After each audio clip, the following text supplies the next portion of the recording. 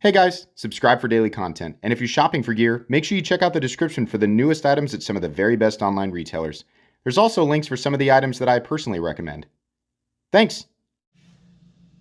What's going on YouTube? Metal Complex here, and today I've got a short little review of a pretty good knife. This is the Kansept Foosa, and for whatever reason, it has what Blade HQ refers to as a bat cat print. I have no idea. I don't know, guys. I don't know what's going on here. What's important is that this is not the only version of the scales that this knife comes in. This knife is available. I'll link it down below. They have way more regular versions of this knife, including just regular like G10 and micarta. I don't know what's going on with this. It just makes zero sense. I don't understand what the theme is. Boo, Halloween, bats and cats, right? No idea. Thanks for Kansept for sending this in. For me to take a look at. Thanks to my generous patrons who are supporting me. There's a link for Patreon right down below. And please make sure to follow me on Instagram at metal_complex. Let's go ahead and get a measurement of this guy. If you do check out that link in the description, just know there are two versions of this. There's a slip joint and there's a liner lock flipper. So make sure, if you're looking at this, make sure that you, if you're going to pick one up, that you know which you're getting. Overall length's coming in about 7 1/4. Blade length is coming in, it's right at 3 inches. And then your cutting edge is probably also right, yeah, it's right at 3 inches. Just a couple of size comparisons today up against the Ontario Rat Model 1 and the Ontario Rat Model 2. This is definitely more of a Rat 2 sized knife, but that's gonna make a lot of people happy. How about up against the Spyderco Para 3? Pretty close to the Para 3. In fact, exactly the same overall length. And up against the Bug Out, a little shorter than the Bug Out. Cutting edge, same. Almost the same cutting edge as the Bug Out. Let's go ahead and give you a demonstration of the action here.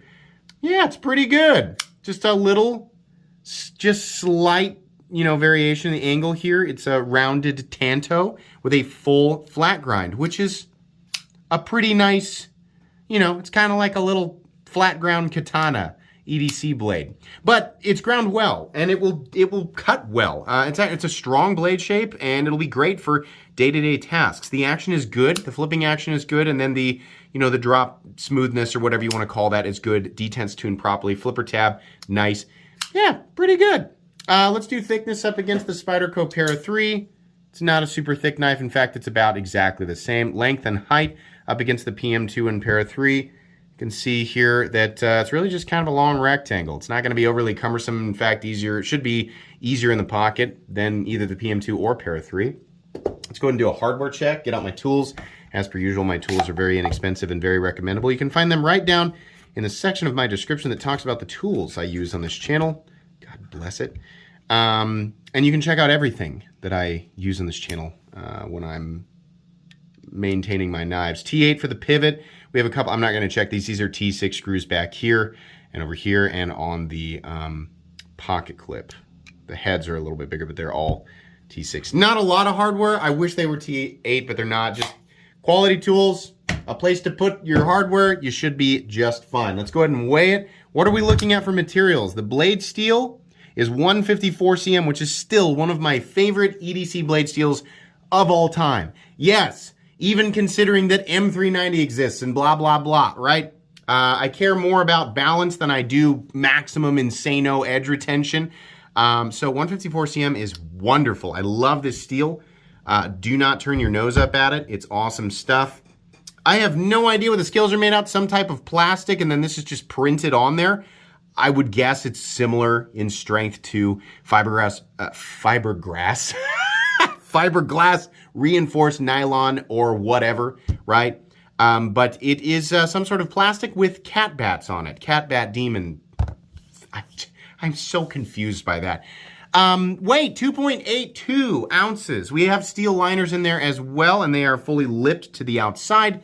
Ratios are actually really good on this, right? I mean, we're looking at a 3-inch blade and 2.2, what is wrong with my voice today? 2.82 ounces. So real nice ratios all the way around. Just, it just looks like such a weird knife. And it's been sitting on the shelf forever. And I finally got it out, carried it for a while, and I was like, this is, it's actually pretty good. It's just, the scales are so weird. I don't understand what they're referencing. Anyways, let's go ahead and do blade stock thickness real quick.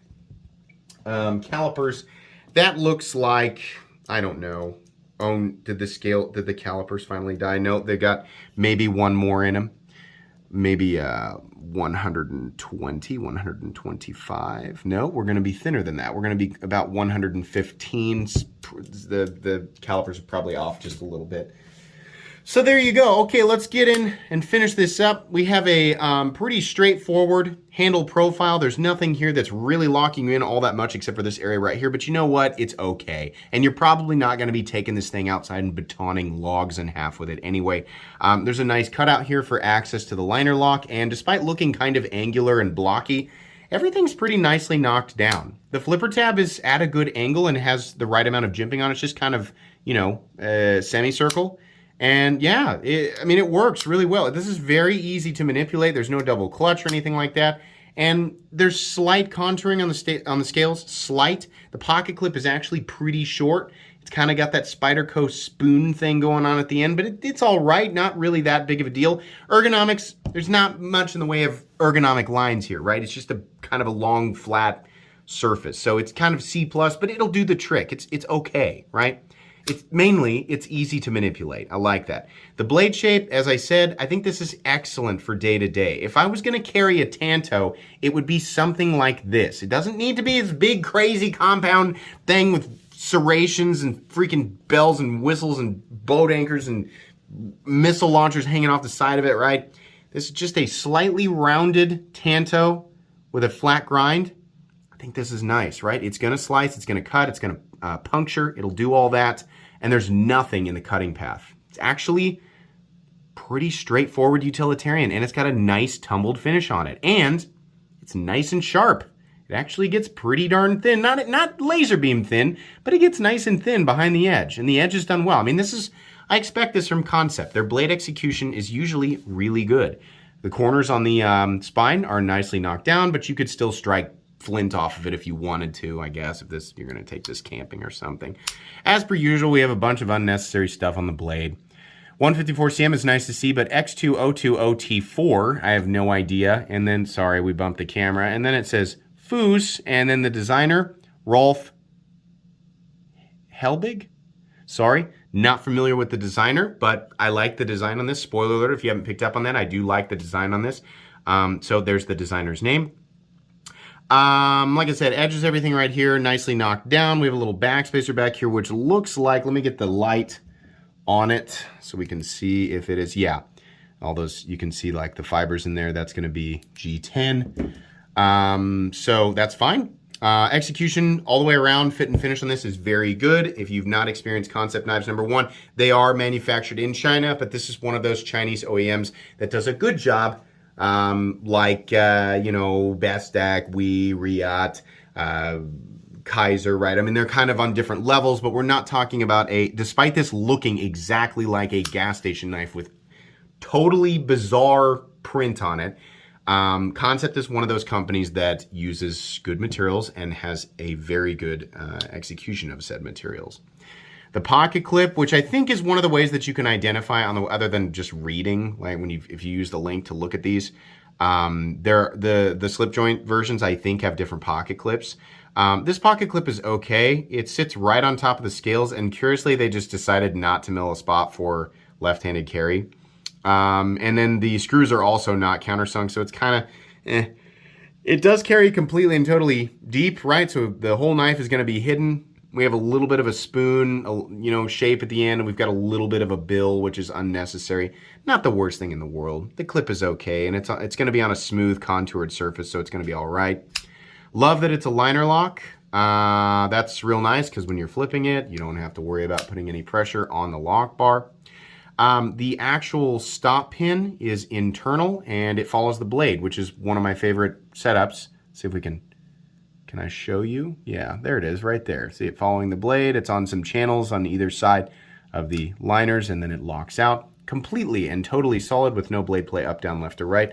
No lock stick, no pivot lash, and a nice, reasonable, it sounds like a thud, but it is solid and absolute, right? Nice detent. And then we have perfect centering. Yeah, what's the price on this? Like I said, unless you are just super into Batcat demons on your pocket knives, I would go for, you know, the G10 or micarta. It actually looks really clean. This is such a poor example of the aesthetic potential on this knife because your eyes are drawn to these little naked cat bat demon babies. Like, I don't understand what is happening. It's so bizarre. But yeah, the versions with micarta and G10, they look so clean. It's such a straightforward, nice little day-to-day EDC knife. And how much is it? $66, $67. Yeah, 154 cm. Yeah, that's a good price. Kansept does a good job in this department. I have no problem with that price whatsoever. In fact, I'm going to put this in my cheap knives I like playlist. It's not like a rush out and get it. It's better than anything in that price range kind of knife because there's a lot of competition there. But this is a good, inexpensive knife. At 66 bucks, yeah. I mean, you know, like I said, again, G10 or micarta and more of a subdued, just kind of more relaxed look than this. This has got a lot of weird energy coming out of it, but obviously I'm very confused by this. I've said it, what, 5 times now? But yeah, the G10 and micarta, the just plain non-print looking versions of these knives are pretty classy looking.